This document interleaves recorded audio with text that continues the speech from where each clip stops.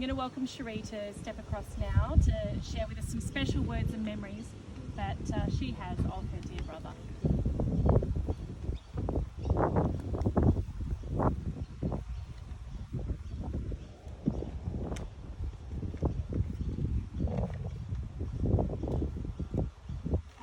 So one thing I wanted to read first is something funny.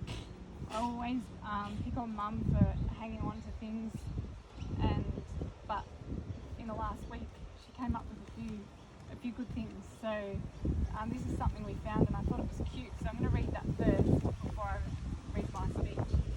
So it's just a little bit of artwork that Steve did at school with a picture, but what he said is quite cute. When I was young, my brother used to work in a trail riding school. There was a big shed which I would go into and pretend I was a cowboy. That shed was full of hay. I would make cubby holes in the hay and pretend I was in a hideout. It was a very quiet place and I enjoyed it all by myself. The shed smelt of horses and hay. Sometimes the smell was very strong. Even now I remember the hay shed and someday I'd like to go back there. And he drew a cute little picture.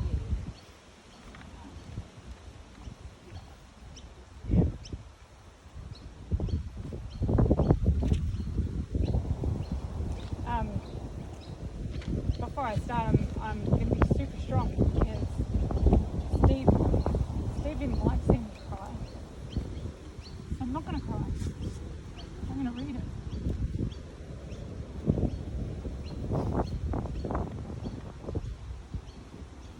So, that's alright. I'm alright, Dad. I'm okay. I need to do it on my own. So, my beautiful brother Steve, you put up a tough fight, and it seems so unfair that you've been taken from us. You are now at peace. Your pain has gone. The stars will shine brightly above you tonight. I loved so many things about you, and thankfully I got to tell you the rest of it. I loved your strong arms and dark tattoos. I loved your smile and enjoyed your gentle hugs and you. I loved the giggles that we would have about your funny toe. And you always made me laugh when you called me Kathy Freeman. You were a generous, honest soul. My favourite childhood memory of us is riding around the town on the dig quite at Gordon. In most recent times you have struggled, and I only wish that I could take away your pain. It was so frustrating not knowing what to do to help. I take some comfort knowing I answered all your calls. I tried my best.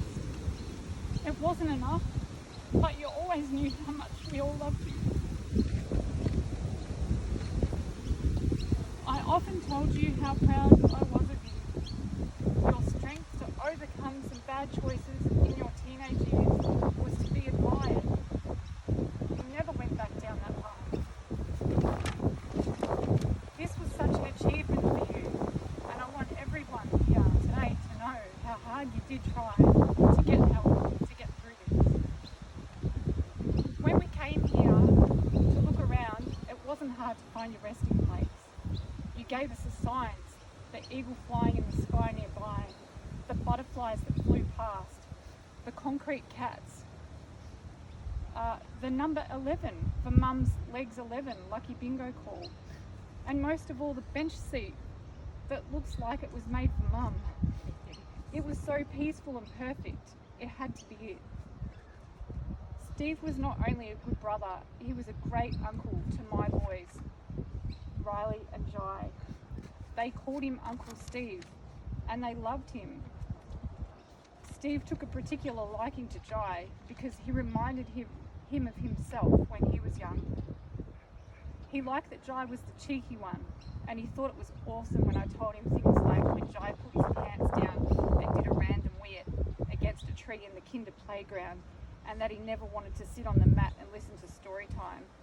Jai would just take off and run back outside. Steve loved those stories. He also thought it was funny when I had him on loudspeaker in the car one day and Jai decided to repeat the swear word that Steve had just said. They shared a cute bond, and he'll be sadly missed.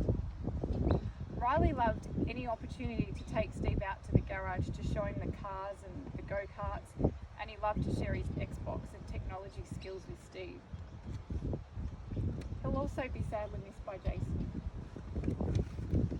It was not that long ago that Steve said he might come away for a go-karting race weekend at Ballarat. We were happy to think he might come. I tried not to get my hopes up. Steve said he'd be around for the early 6 a.m. leave time. He didn't show up. That was okay. No definite plans had been made. There was no pressure. It was around lunchtime when I took a call from him. My first words to him were, "I'm sorry we had to leave without you." He was almost grinning down the phone line. I could hear so much happiness in his voice. He said, "It's okay. I couldn't come because I kind of had company."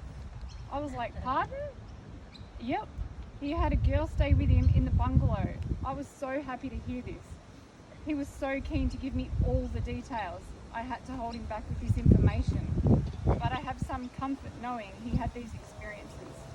And from what Mum tells me, she said it sounded like they were having fun from her front unit. Good on you, Steve.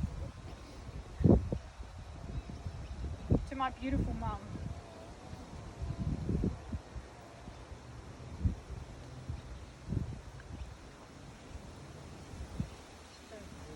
You never once gave up on Steve.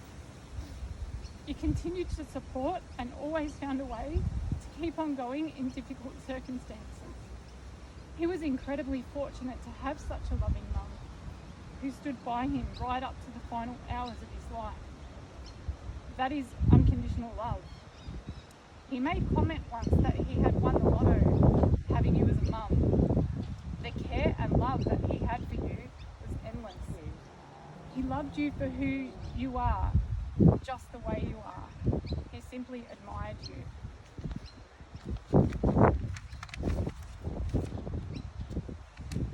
To my hero, right here, my dad. The worries, the love, the frustrations, the patience, the sirens. You had given everything you could. Steve knew how much he was loved by you.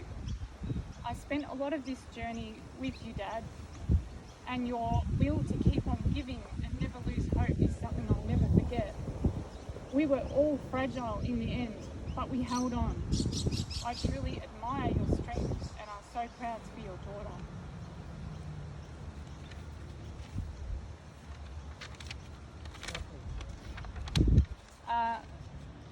To the one I adore, my Jason.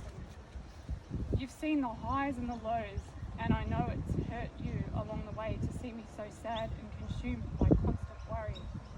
You knew how important it was for me to try and help Steve, and I'm forever grateful that you were there for me along the way, especially in these last few days. Steve is now at peace, and now my own heart is at peace. To my beautiful cousin Tammy, who could not be here today, you're not only my cousin, you're my best friend. Your endless love and support means so much to me. You were amazing these last few days, running around, helping me achieve the best possible tribute for Steve. Thank you for being such an important part of this day. It means so much. And finally, the world was a better place with you in it, Steve.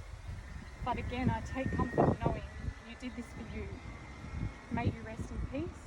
I love you.